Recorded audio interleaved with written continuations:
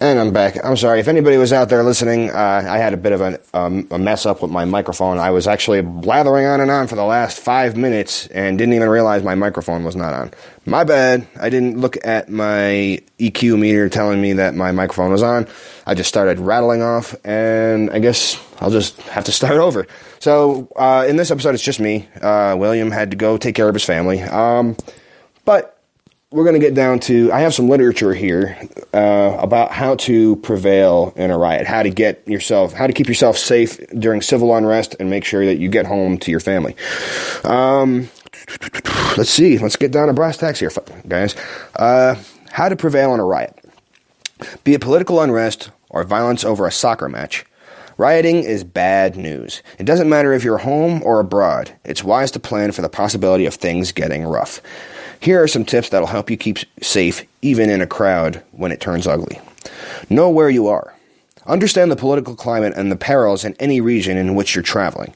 And pay attention to the local news every day. Similarly, keep big sporting events on your radar, as fan frenzy mixed with alcohol tends to create volatility, even in non-fans. The only thing I can add to that is, absolutely pay attention to where the sporting events are. I mean, we all know about, what happens when fans get out when their team's lost. People riot when their team loses. People riot when their team wins. They flip cars, burn things down, all because of a sporting event. So that tends to happen. Moving on here. Know where you are. Understand the political climate and the perils in any region in which you are traveling, and pay attention to the local news every day. Similarly, keep big sporting events on your radar, as fan frenzy mixed with alcohol tends to create volatility even for... I just reread the same paragraph. Sorry, guys. All right, I need to get a bookmark here. Sorry about that. All right. Red-faced, but let's move on. Get out of the crowd. Riots typically occur when streets, parking lots, and town centers. So, if trouble is brewing, avoid those hot spots. Find shelter and don't go back to watch the riot. As bricks and bottles, rubber bullets, and tear gas canisters begin to fly, spectators, may be injured. And we all know from last night that people were getting injured just from being overcome by tear gas, which it's pretty much what it's designed to do. So, a quick little tip about tear gas, folks, is tear gas likes to stay low across the ground. As it disperses, it needs to remain low across the ground so that it stays where the people are. If it floated up into the air like regular smoke or anything else, it would not work the same way. So if you're trying to get away from tear gas, you're actually better off going up high. And that actually came from, I think, this somewhere in this book that I'm actually reading to you guys. So moving on is move out. If you don't find yourself at the hub of it all, try to look inconspicuous and move steadily and deliberately out of the center of activity, staying close to walls to minimize exposure. Quick little add-in to that is bullets tend to ricochet and travel along walls. So if you're going to be walking, don't be leaning right against the wall. Don't try to stay right there. Keep yourself about 2 to 3 feet away from a brick wall, because you can find many videos of people who I've personally seen FBI training videos where they take a pistol and shoot at the wall next to a balloon, and the bullet actually ricochets down the wall and pops the balloon about 20 feet away. So just because you're poking your head out near a wall does not mean that you can't get hit, even if it's not a direct shot at you. So, let's see. The more time spent in the center of a riot, the greater the chances are for injury. Well, that's fairly apparent. I mean, if you're standing in the middle of a bunch of people fist-fighting and getting shot at by rubber bullets and tear gas canisters, you're in a lot of danger. And if you're standing around, then you're most likely a rioter. Your best bet is finding a place where you can hole up safely until the danger is ended. That's pretty much, they're telling you to go home, lock your doors, make sure your windows are secure, and, make sure you got food and water, and just keep on trucking, guys. I mean, that's the only thing you really can do. I mean, it'd be stupid for you to go out of your home. So moving on is keep your cool. Being caught up in an unsettled mob can get you riled up, but don't let yourself be ruled by an adrenaline rush. Think rationally. Pursue the crowd. During riots, both authorities and rioters tend to act in mass, so chances are you'll have to rescue yourself instead of relying on others to assist you. And let's see, steer clear of cops. That's a fairly obvious one. That should be a given, folks. Is the police might use riot control agents like tear gas and pepper spray. Also, bear in mind that running toward police, even when you're seeking security, can be seen as threatening. Although, I will admit, I saw something last night on the news that stated that there was a group of people running down the street with a person who was injured. They weren't sure if they were overcome by tear gas or if they were hit by bullets or whatever. They were all just speculating. But the long story short is that they were running towards the line of cops. And they actually parted and allowed them in so that they can get them on the other side and get them assistance. So that's the whole thing. Is you got to be careful about how you approach a police officer, whether it's a riot situation or just in public. Because I've personally walked up to police in the dark. Like I said, I'm 6'2", 200 pounds. I'm not exactly the most loving looking man in the world. I have I'm a large guy. People might find me intimidated if they didn't know who I am, or I should say, find me intimidating, excuse me. And basically, I've had cops, what they call break leather. They unpop the strap on their rifle, or I should say pistol holster, because I popped. I was like, "Excuse me, sir," and they turned around and they were startled. So that's really what's happened to me there. I'm sorry, I'm just reading some stuff here. Just trying to make sure I don't get myself turned around here again. All right, so. Know the weapons of a raging mob. Suppose the worst happens and you find yourself in the middle of an unruly riot. As you pick your way out of the center of the mob, it's a good idea to have an understanding of the kinds of crowd control weapons and law enforcement agencies might use, as well as the hazards you might face from rioters. So, when it comes to batons, keep your head down and your neck covered as you move low to the ground to get yourself out of the way. Shields. When the police are using their shoulders and shields to shove rioters to the side, don't resist or push back. You can easily lose your balance, putting yourself at risk of being trampled. Concussion grenades. These explosives are meant to scare people, and they work. You'll be stunned, so hunker in place and cover your head. Use the mayhem to your advantage by darting through breaks in the crowds to safety. Water cannons. Don't stand up, as you'll easily be knocked off your feet. Instead, hunch down to protect your vital organs and keep your back to the cannon as much as possible. Rubber bullets. They may be less than lethal, but they sure do smart. And I can tell you one thing, I've seen plenty of videos of people who volunteer to be hit by rubber bullets, from slugs, or from rubber slugs from a shotgun to rubber buckshot. And I'll tell you what, folks, it is not non-lethal, it's what they call less lethal. It still has the potential to kill you. It's just less likely to do it. So, don't turn your back to the shooter, as if it hits the spine, it can temporarily or permanently paralyze you, which I have heard of accounts of people being hit, because those bullets are still traveling fast. They may not have the mass of a lead slug. They may not be able to destroy, massive amounts of tissue, but if you get hit in the head, it can kill you. It can still crack your skull. That's one of the things they talk about. I own a Mossberg 500, and I actually have rubber slugs. And I was talking to a police officer, and they said, "You know what? You're actually better off just outright killing the person." And a lot of firearms instructors say this, because number one, if you're going to use a firearm, you're using a firearm for a reason. So the odds are, if you're using a firearm, it's because your life is in danger, and the last thing you want to risk is that shotgun slug being ineffective, or I should say rubber slug, or rubber bullet, rubber buckshot, whatever you're using. You're going to have to worry about the fact that it's going to become, or they can become lethal, and they can also hurt you.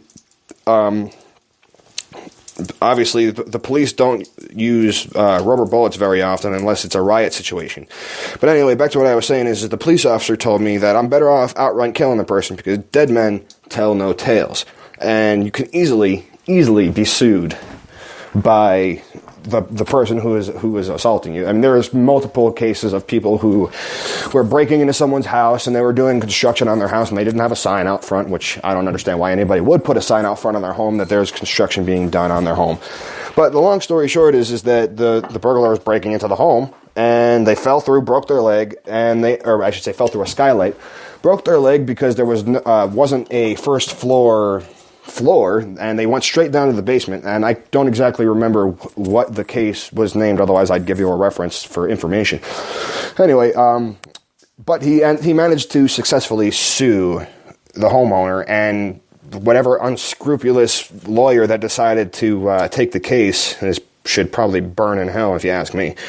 But either way, my point is that the laws tend to be very strange, and they may not always be on your side. So just be well aware of the local laws, because, like I said, people have sued for the strangest things and won.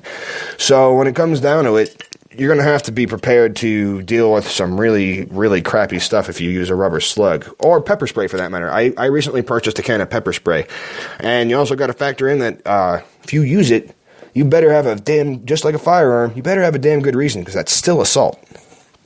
So that's a little information I can give you guys there, because I come from a law enforcement family, and anybody will tell you who knows family members who are police officers, if you go up to a random police officer and ask them a question, they're going to deny it. That's what they're trained to do. They're not lawyers. They're not there to give legal advice. So they're not going to give legal advice, and nor do they know all the laws. Oftentimes, when they're prosecuting somebody, they have to go back after they've written you the initial summons or ticket or whatever it is, and they have to look and make sure that you haven't violated any other laws that they can bring up in the court case. They also have to refer to a book or some type of guide, whatever it is, that tells them, all right, Section Article 352 of Law 5-4 states that you can't do this or you can't do that. They may not be necessarily aware of that at the moment. So when you ask them, oh, well, am I legally allowed to shoot them and do this? I've had police officers, for instance, before I turned 21, I would shoot my friends, whether they're police officers or civilians, I would shoot their pistols. Now, here in New York, you have to have a concealed it's a pain in the ass to get it, but you have to get your carry permit to fire a pistol. If you're under 21, for training purposes, you're allowed to fire somebody else's pistol as long as you're under the supervision of the pistol holder and, obviously, the CCW carrier. But the point is that once I turned 21, I was no longer legally allowed to touch a pistol. If I touched a pistol and fired it, or even picked it up, I would be charged with a felony. Well, I have friends who are police officers who told me, hey, you know what, you can mess around with my gun, you can do this, you can do that, and you can do, like the gun videos I do with pistols. But I never actually got around to doing a pistol video. I don't own any pistols, and most of my friends who own pistols live out of state or they live far away. Long story short is I didn't get to handle pistols very often in the first place. But from a New York City cop, I was told that I could shoot the pistols and do whatever I wanted with them. And then I looked up the law, and it turns out once you're over the age of 21, you are no longer allowed to even touch a pistol unless you are a concealed or carry permit holder. And if you do, it's an instant felony. So make sure you know your local laws before you do anything like that, because I was told by who I thought was somebody who would know the law like that, when in reality, all a police officer's job really is to do is bring you in and let the courts decide what you've done wrong. So, let's see here, guys. Let's move back on to things that we have to look out for in a riot. Rocks and bricks. Well, last night we saw plenty of those flying around. Being hit in the back of the head is the biggest threat to go on to happen to you by the angry masses. Duck and cover yourself as you scramble to safety. Now, folks, I'm going to admit that this book doesn't exactly have. I got to admit some of the answers they give are a little bit vague, but it's still decent information for people who don't know how to deal with this kind of stuff. Bottles. A missile that shatters is especially dangerous. If bottles start flying, keep your head low with your hands shielding your eyes. Don't run through broken glass. That's a given. I hope you folks would realize not to run through broken glass, although in the middle of a chaotic moment like that, it's definitely not going to be something that you could really keep an eye out for. But I'm hoping to God that you're not running barefoot through a riot. And let's see, Molotov cocktails. Haven't seen too many of those going around in Ferguson, thank God. The worst hazard is burning fuel splashing off pavements and onto you. Run perpendicular to the cocktail's trajectory to evade it. That's obviously fairly simple, folks. And then finally, tear gas canisters. Yes, the cops may have lobbed them in, but the rioters can lob them back, even if they are already discharging their nasty, harmful contents. And finally, last but not least, deal with tear gas. Don't let the movies fool you. Wearing a wet bandana over your face is not going to protect you from tear gas. This stuff does not just affect your breathing. It also coats the skin and irritates the eyes. If you get sprayed, leave the area as quickly as possible and breathe in short bursts through your nose. Avoid rubbing your eyes or your skin, which can cause chemical burns. Once out of the fray, wash the tear gas off and pour milk in your eyes if they're still irritated. That's actually a fairly common practice. People who've been maced, also milk works, and the reason is because there's enzymes in milk that bond to the chemical that basically burns I guess you could say it activates the nerve endings in your skin, called capsaicin. That's what makes your tongue burn. That's what makes you get all sweaty and red. Your body thinks it's under attack when it gets exposed to capsaicin, so it raises your body temperature. It gets ready for an all-out war. It thinks a bacterial infection basically is going on inside your body. But capsaicin bonds with the enzymes in milk, and that's why milk tends to cut the burn faster than water, because capsaicin is an oil, and it's also an acid, and milk is a base. And bases, for those of you who aren't familiar with chemistry, bases neutralize acids. So there's a little homegrown chemistry there for you. Let's see here. Is there any more information that I'd like to impart on you guys here? I'll give you guys the name of this book in a minute if you want to pick up a copy for yourself. It's actually got a decent amount of information that I find to be really useful. Some of this information I even use for my episodes. I like to fact check. I have a lot of survival manuals sitting around.